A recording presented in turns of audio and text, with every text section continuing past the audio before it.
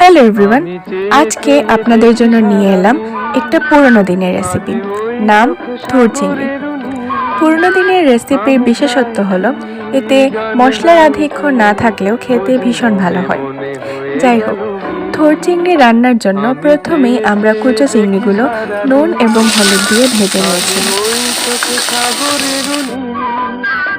আমি তাই কি গান গাই বুঝি মনে হয়ে গেল। এরপর আবারও সামান্য তেল দিয়ে এতে শুকনো লঙ্কা, তেজপাতা আর কালো জিরে ফোড়ন দিয়ে একটু ভেজে কুচানো আলু দিয়ে কিছুক্ষণ ভেজে নেব।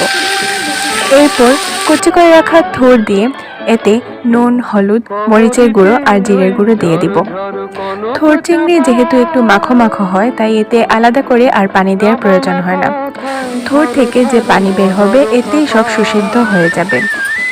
সব শেষে আগে থেকে ভেজে রাখা কুচো চিংড়ি, চেরা কাঁচা লঙ্কা আর চিনি দিয়ে আরও কিছুক্ষণ নেড়েচেড়ে নিলেই তৈরি হয়ে যাবে খুব সুস্বাদু থোর চিংড়ি।